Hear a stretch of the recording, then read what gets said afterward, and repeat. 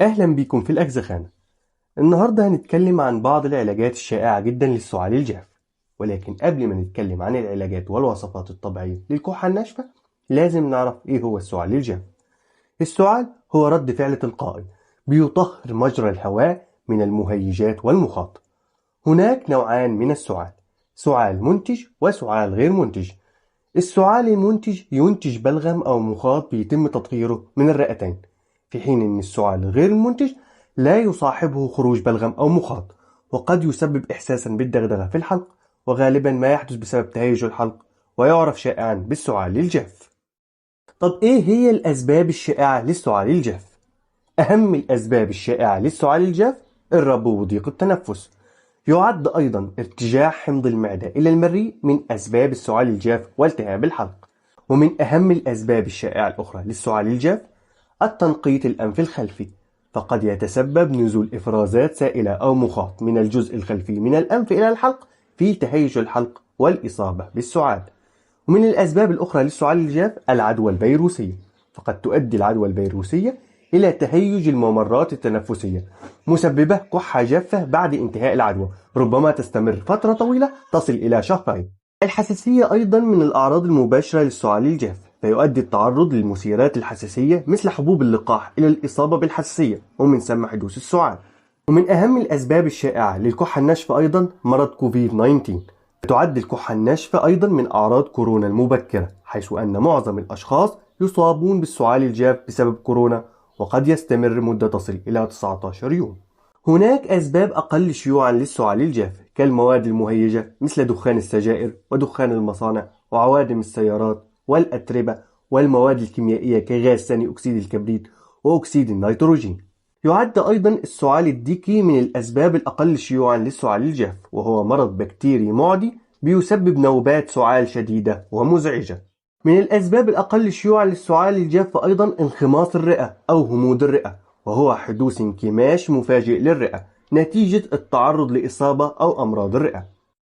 يمكن أن يسبب سرطان الرئة أيضا في بعض الحالات بالإصابة بالسعال الجاف، وقد يتفاقم السعال بمرور الوقت. تعد الكحة الجافة المستمرة أيضا أحد أعراض قصور القلب، ولكن قد يكون السعال أحيانا مصحوب ببلغم أبيض رغوي أو وردي. ودلوقتي هنتكلم عن أهم الأدوية الفعالة لعلاج الكحة الناشفة. أول شيء يجب أن تجربه للسعال الجاف هو العسل. العسل له خصائص مضادة للبكتيريا والجراثيم والتئام الجروح، ويمكن أن يساعد أيضا في علاج التهاب الحلق وتقليل التهيج والألم والالتهاب المصاحب له.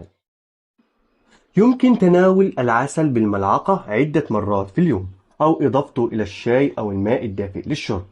يمكن أيضا تناول ملعقتين صغيرتين من العسل في وقت النوم لتقليل السعال وتحسين النوم.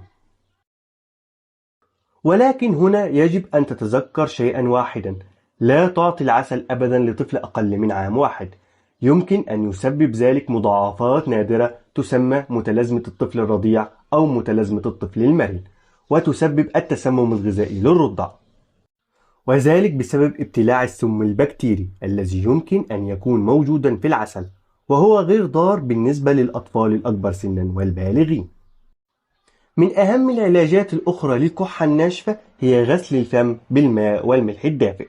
على الرغم من أنها من ضمن العلاجات المنزلية القديمة جدا، إلا أن الغرغرة بالماء والملح لا تزال موصى بها لعلاج الكحة ولألم الحلق. وتساعد هذه الطريقة في سحب المخاط من الأنسجة المتورمة والملتهبة، وتساعد أيضا في تخفيف احتقان الحلق. لكي تحصل على أفضل طريقة لعلاج الكحة الناشفة باستخدام المضمضة بالماء والملح، قم بإذابة حوالي ربع معلقة صغيرة من الملح في كوب من الماء الدافئ، وقم بالمضمضة عدة مرات في اليوم. ولكن تذكر أنه لا ينصح به الأشخاص الذين يعانون من مشاكل ارتفاع ضغط الدم، فهناك العديد من الخيارات البديلة الأخرى لهم. الطريقة الثالثة اللي هنتكلم عليها لعلاج الكحة الناشفة هي استنشاق البخار عن طريق ترطيب الهواء بالبخار. والطريقة دي بتعمل على زيادة الرطوبة في الغرفة، ولو ما عندكش جهاز ترطيب الهواء بالبخار ممكن نستخدم بدلها طريقة الاستحمام بالماء الساخن، أو استنشاق بخار الماء الساخن عن طريق الفم والأنف من الإناء مع وضع فوطة فوق الرأس كما بالصورة لتجميع البخار، واستنشاقه مباشرة عن طريق الأنف والفم. والبخار في الطرق دي له فوائد كبيرة، من تهدئة وترطيب الحلق الملتهب والجاف، وفتح الممرات التنفسية، وتهدئة الكحة، وتقليل لزوجة المخاط، وتخفيف أوجاع الجسم التي قد تصاحب البرد. بعد كده معانا الزنجبيل. استخدم الزنجبيل للكحة منذ القدم، إضافة إلى استخدامه في علاج نزلات البرد، فهو يعتبر مفيد جدا في تقليل السعال وتسكين التهاب الحلق ومعالجة أمراض الجهاز التنفسي والربو أيضا، حيث يمكن أن يقمع الزنجبيل رد الفعل السعالي عن طريق استرخاء العضلات الناعمة للمجرى التنفسي، ولديه أيضا خصائص مضادة للبكتيريا والالتهابات. أظهرت الدراسات أن الجنجرول المركب الكيميائي الموجود في الزنجبيل الطازج قادر على قمع المجرى التنفسي الذي يمكن أن يثير أعراض الربو بما في ذلك السعال، وله القدرة على القضاء على المخاط الذي قد يكون المسبب للسعال، وهو فعال في تطهير القصبات الهوائية ومحاربة العدوى الجرثومية للكحة إن وجدت. يمكن إضافة الزنجبيل مع أي نوع شاي، ويمكن إضافة جذر الزنجبيل للماء المغلي. إضافة العسل قد يجعله أكثر فائدة للسعال الجاف. ومع ذلك يجب عليك أن تتذكر أن الإفراط في تناول كميات كبيرة من الزنجبيل قد يسبب اضطراب في المعدة وحموضة المعدة أو الإسهال. الشيء التالي اللي هنتكلم عليه هو الزعتر. الزعتر بيحتوي على مركب اسمه السيمول ليه تأثيرات مضادة للتشنج، يمكن أن يساعد في استرخاء العضلات الناعمة للحلق. الزعتر آمن للاستخدام العرضي فقط. يمكنك تحضير شاي الزعتر عن طريق إضافة 3 إلى 4 ملاعق صغيرة من العشب المجفف في 250 ملي من الماء المغلي. يمكنك إضافة العسل للحصول على فوائد إضافية في تخفيف السعال. وهنا يجب علينا أن نذكر شيئا، وهو أنه يجب تجنب استهلاك زيت الزعتر، حيث يمكن أن يؤدي إلى انخفاض كبير في ضغط الدم. من أهم العلاجات الطبيعية لتهدئة السعال جذور المارشميلو. يعد المارشميلو نوعا من الأعشاب يدخل في مكونات أدوية الكحة والسعال، وهو مفيد في علاج التهاب الحلق. أظهرت دراسة أنه فعال في تخفيف التهيج الناتج عن السعال الجاف. تتميز جذور المارشميلو بخصائص مضادة للجراثيم والبكتيريا. يعتبر النعناع أيضا من أهم الأدوية الشائعة لعلاج الكحة الناشفة، فهو يحتوي على المنسول الذي يساعد في تخدير نهايات الأعصاب في الحلق التي قد تتهيج بسبب السعال. يعمل النعناع على تخفيف ألم الحلق ويقلل من الرغبة في السعال.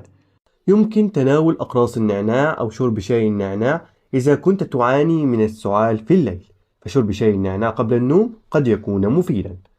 تعمل الأدوية المضادة للسعال على تقليل رد فعل السعال وتقليل الرغبة في السعال، وهي مفيدة خاصة للسعال الجاف.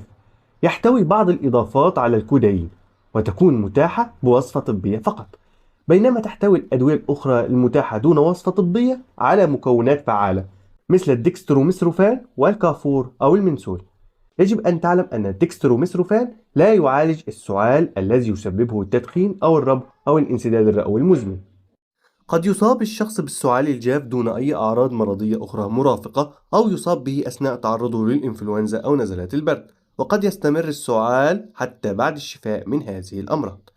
السعال الجاف قد يكون مزعجا خاصة إذا استمر لفترة طويلة، فإذا استمر السعال أكثر من أسبوعين وإذا لم تكن متأكدا من السبب فاستشر طبيبك لتحديد أفضل مسار علاجي. إلى أن تصل لهذه الخطوة فقد توفر الوصفات المنزلية والأدوية المتاحة دون وصفة طبية بعض الإغاثة. وفي نهاية الفيديو بتاعنا من الأجزخانة، يا رب يكون الفيديو عجبكم. ما تنسوش الاشتراك في القناة وتفعيل الجرس عشان يوصل لكم كل جديد،